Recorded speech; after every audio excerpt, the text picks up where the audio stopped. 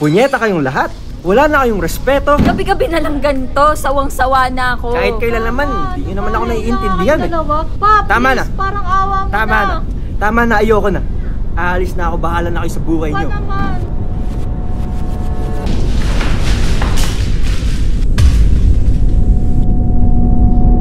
Tinuloy mo pa rin yung thesis? Oh, anong tinuloy? Iba na itong ginagawa ko ngayon. Talaga lang ha. Oo nga. Pero kinikita mo pa rin si Dwayne. Eh, kaibigan ko siya eh. Pag ikaw talaga naman nalaman kong kinikita mo si Dwayne, ginagamit mo siya para sa attachment research na yan. Ay, ko, alam mo bawal mag-research nang walang consent. Mukha ba akong tanga para gawin yun? Iba na itong ginagawa kong research, okay?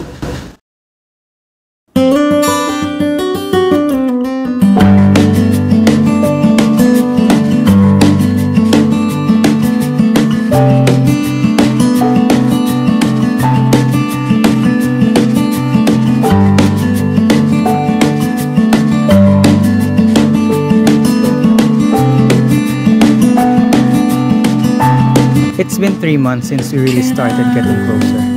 It feels like we're together almost every single day.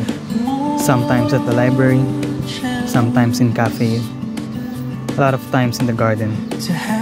As time goes by, it feels like something's missing from my day if I don't see her. I find myself looking for her presence. The simple conversation, the laughter. I just love being with her. Ba? Hindi ko pa rin get kung bakit may thesis pa kami. For diploma lang ba siya? Siguro. Pero di ba mas okay naman kung wala namang ganun ka-stressful na activities? Oo nga eh. Pero nakakapagod din eh. Pero nung high school, di naman ganito kadami yung deadline. Oo. Di ba nung last time nga, nangongopya ka pa nun sa amin eh. Tapos pag di mo gets, nagtatantrums ka. Ganun. Pinapaalala mo pa. Puro ka kasi landi noon. Uy, hindi totoo yan. Uy, loko, hindi totoo yan. Ikaw talaga, force kasi nangalingan lumalabas bibig mo. Uy, la.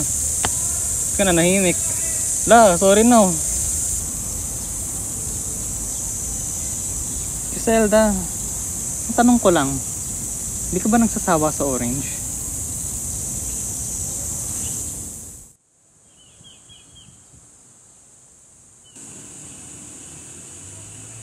How's your thesis? I'm not continuing it na eh, kasi denied siya.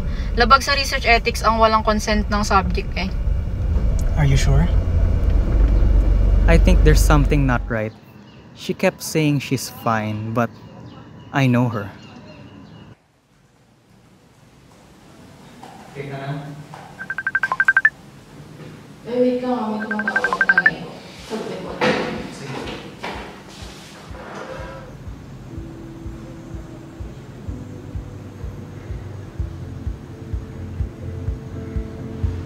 I have to check something.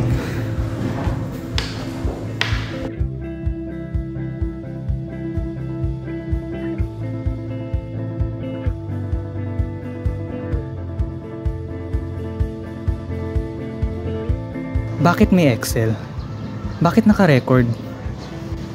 Baliw ba yun? Baka gusto niya lang i-document. Hindi ba totoo lahat ng yun? Bakit may analysis ng mga naramdaman ko? Bakit? Dwayne, matagal ko nang gustong sabihin to. Ang totoo kasi, subject ka lang. Tinuloy niya yung thesis kahit rejected na. Ano pinagsasabi mo? So ginamit lang niya ako? Hindi ko rin alam kung bakit, pero hindi niya talaga sinuko yung thesis. So kung di pa ako magdududa, walang magsasabi.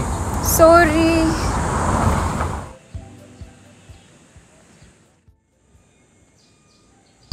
Sinubukan ko namang intindihin eh.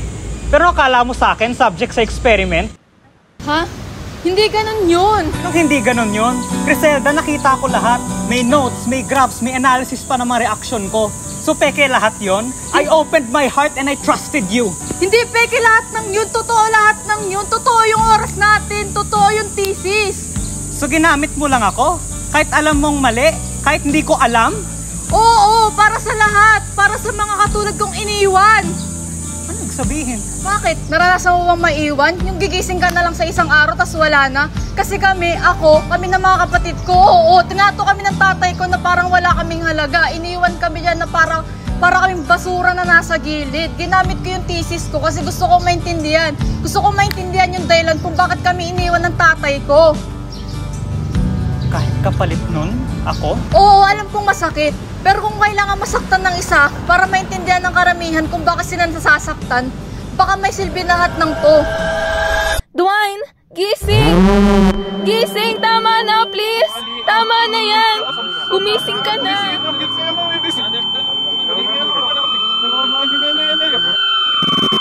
Are you sure? Hindi na talaga promise. Tsaka hindi naman kaya ng konsensya ko gumawa ng ganun, no? Did you remember that day? She was driving you home. Then suddenly, the accident happened. Sinubukan siyang dalhin sa ospital. But by the time she got there, she was gone. Griselda never continued the thesis. She was being honest with you. You were the one who couldn't let go.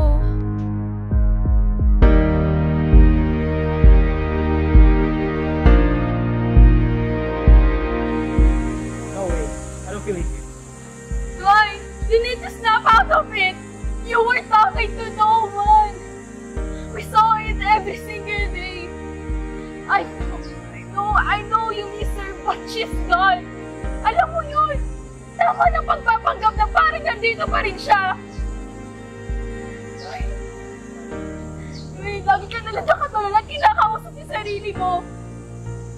We are always here for you. Pero ikaw, you also need to come back to us. It's time to let her go.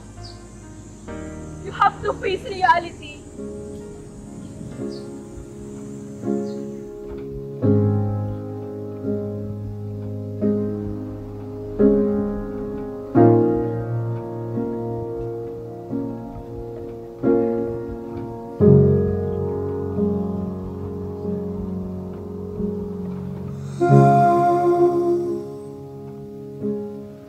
Part of me now,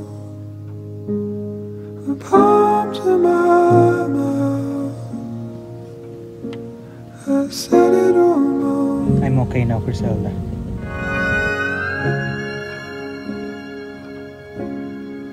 I let myself believe that the truth was better left unpeeled because the wounds are too deep to peel.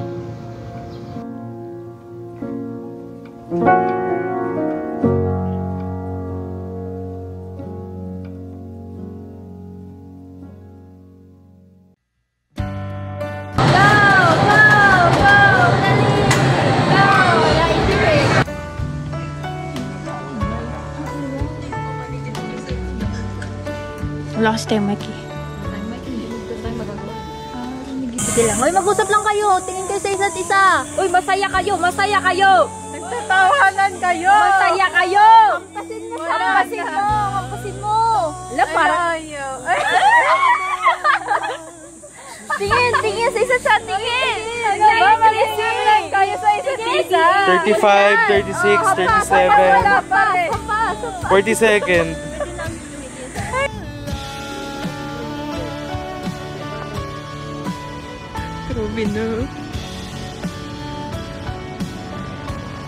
Gusto mo yung pongkan! Tama ka mag-isa. Tama ka yung mukha.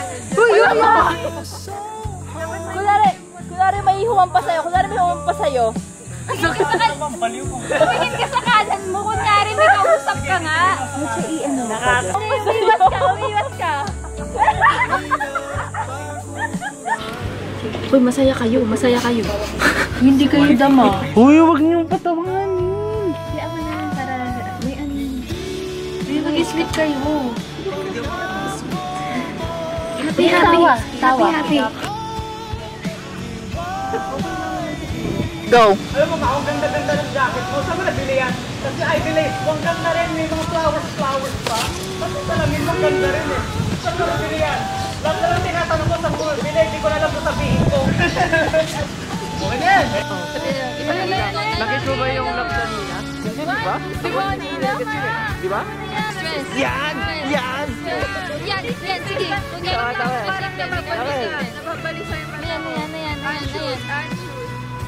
Nababalisa. Hindi alam yung gagawin. Hindi alam yung gagawin. Natataranta. Tingnan sa ilalim. Pwede na ba yun? Pwede na ba yun? Hindi ganun ka.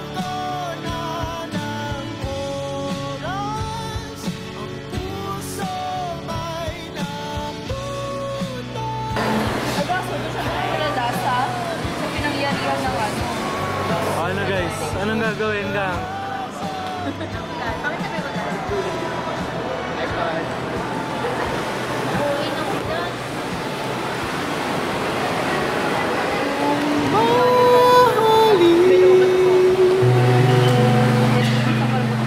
C'est sûr.